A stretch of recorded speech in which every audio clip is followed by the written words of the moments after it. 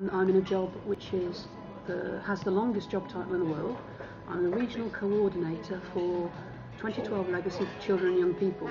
So the key bits of that are legacy and children and young people, as far as I'm concerned. And the idea is that we said when we won the games we wanted to make it a games for the youth of the world. We wanted to inspire young people in the UK to choose sport and physical activity. And a bunch of people across the East Midlands, chief executives of the local authorities, got together and they said, what does that actually mean? You know, like legacy is a bit of a...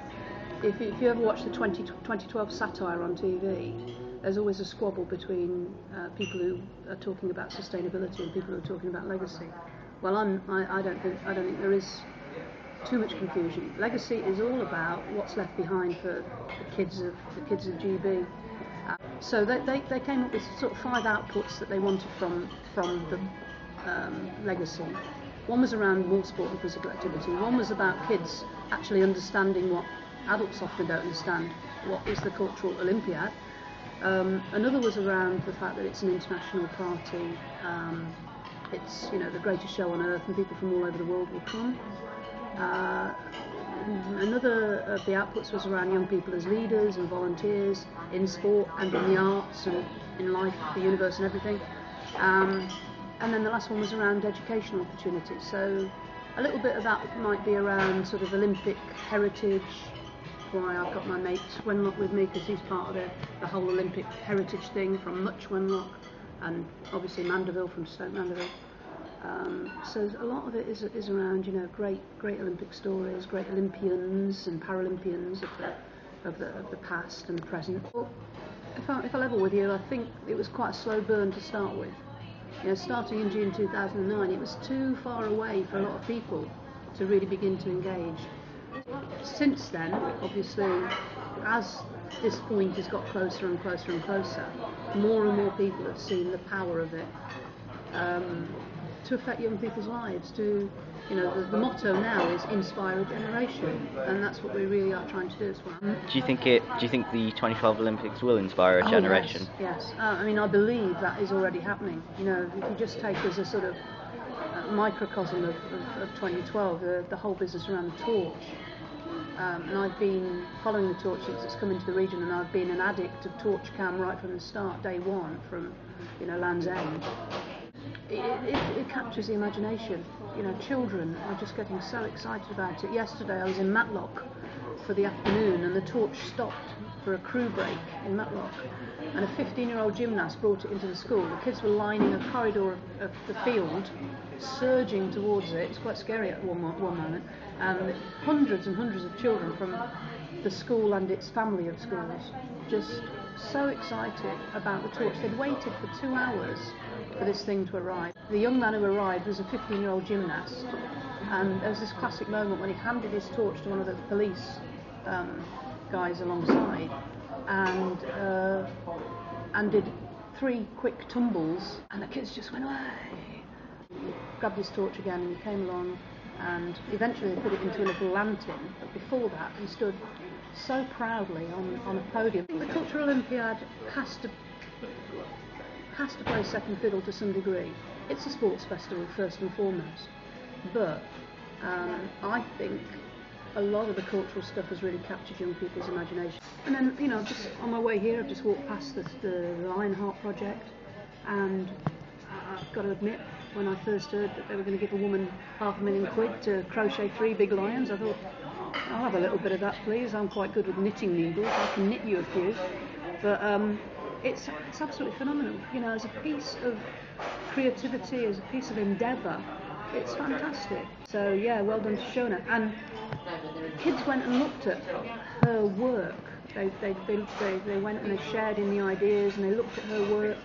And, you know, youngsters, say from, I think particularly of Welland Park in Market Harbour, a group of young people started getting together at lunchtimes and crocheting their own little lion, Fowler, and he's in curve as well, and he's got a papier-mâché body and a crocheted mane.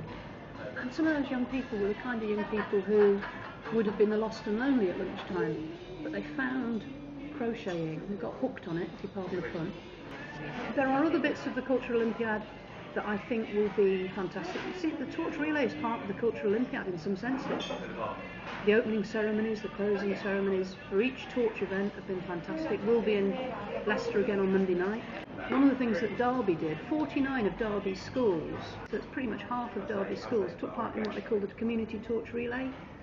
And so the idea was, School A made a torch and they took it to School B, and School B took its torch to School C. And every time the torch arrived, it was welcomed by song or dance or something like that. In Northamptonshire, kids were creating a work of art, which could be a song, a poem, a banner, a sculpture, and that's what they took. They didn't take a torch, they took something cultural to the next school and left it there as a gift. Once upon a time, I kind of harboured hopes of being an Olympian, and was and to some degree still am, even though I'm ancient, pretty good at hockey, but I never made it. I've been to 3 Olympic Games as a spectator, and I've loved the experience at each. Atlanta, Athens, of course, the home of the Olympics was fantastic. Last time in Beijing I was there as well, which was just wonderful. But I've been a bit of an Olympics geek since I can remember. The first one I really remember was 1964 in Tokyo. I remember watching that and being spellbound by some of the things you could see. So I've got a long-standing connection with it. One particular memory for me is in 2004 in Athens. I saw Dame Kelly Holmes, she wasn't Dame then, Kelly Holmes, win her first of her 2 gold medals. And I went in thinking, if she makes a medal, she'll have done brilliantly, because she'd had such a troubled career with injuries and disappointment. And to see her cross that line first, and she crosses the line and her eyes open wide as she looks up at the big screen, and she wants somebody to tell her that she's won the gold medal, and I did. From the top of the stands, like a mad thing, screaming, "Yes, Kelly, you've won, you've won!" And I've been privileged to meet her a couple of times since then, and she has confirmed that it was my voice she heard. And since I've been in the job, I've learnt so much more about it. I've picked up so many more stories that just lead me to believe that whilst it isn't 100% pure and clean and lovely, there is much more that's wonderful about it than is dubious. Fingers crossed that nothing happens that we don't want to have happen, like a protest or worse still, an act of terrorism. Assuming that that's what we get, I think they'll be fantastic. Danny Boyle will produce a brilliant opening ceremony. It will be great. There will be some performances that will stun us. There'll be pride, there'll be tears. Some of our heroes will fall. It's come closer. It's still not level.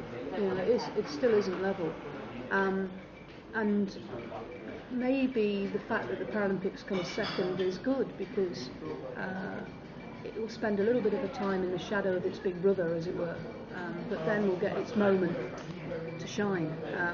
To paraphrase the torch motto. We will be astounded by some of the performances. I regularly say to children, one of the things that Sebco said right from the start was he wanted to change perceptions of disability and disability sport.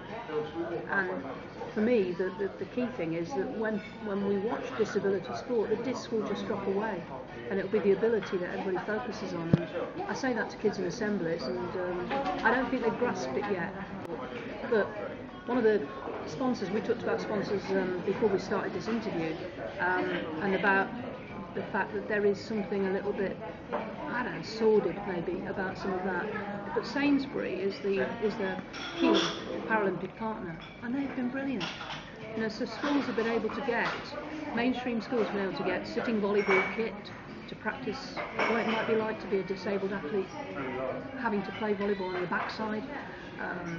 They've had the gear for blind football, the ball with the bell in it, and the blindfold, so everybody's on a level playing field.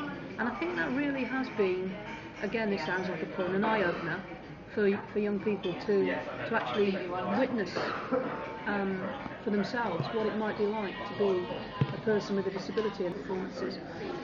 Dave Clark, the GB football captain, showing David Beckham how to play blind football.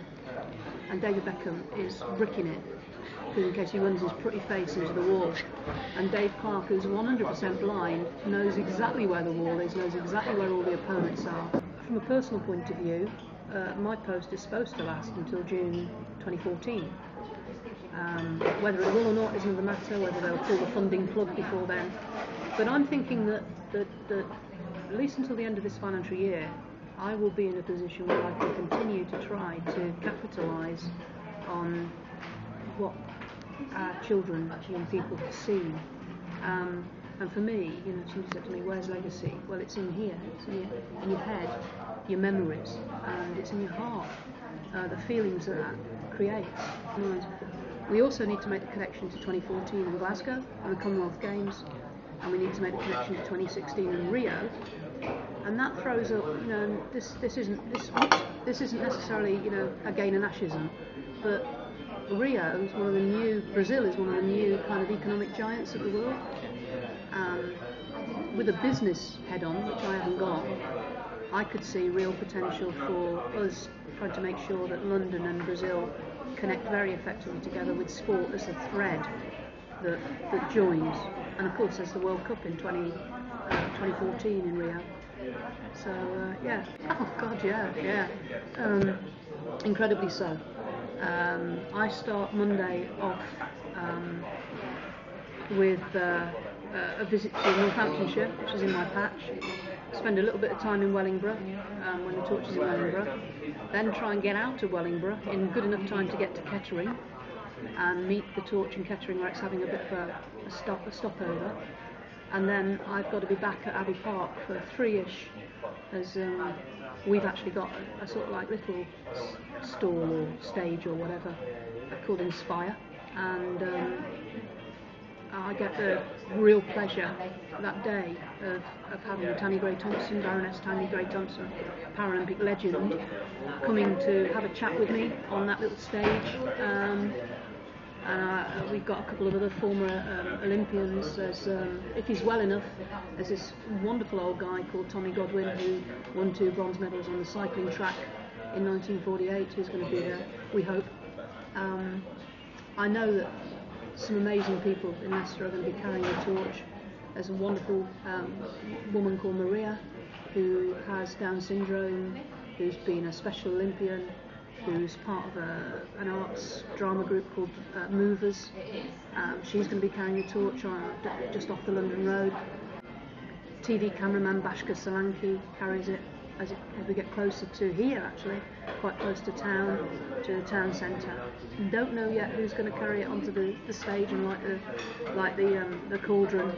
I wouldn't mind being 10 yards away as I was last night in Derby. I doubt I'll get there, but it will be fantastic. Thursday night, Omar, I was in Grantham Thursday evening, and it was torrential rain. Until the very last minute it was torrential rain. People were standing up to their ankles in water, and they braved it. I know it's the home of the Iron Lady, but it's the home of lots of Iron Ladies, Iron Men and Iron Children on Thursday, because they were just phenomenal. And then the sun came out and the torch arrived, and it was great. And we'll give it a real welcome in Leicester. I know we will. I was going to ask you how strong you thought the kind of local community links were in terms of supporting the Olympic torch relay, but I guess that kind of illustrates it, doesn't it?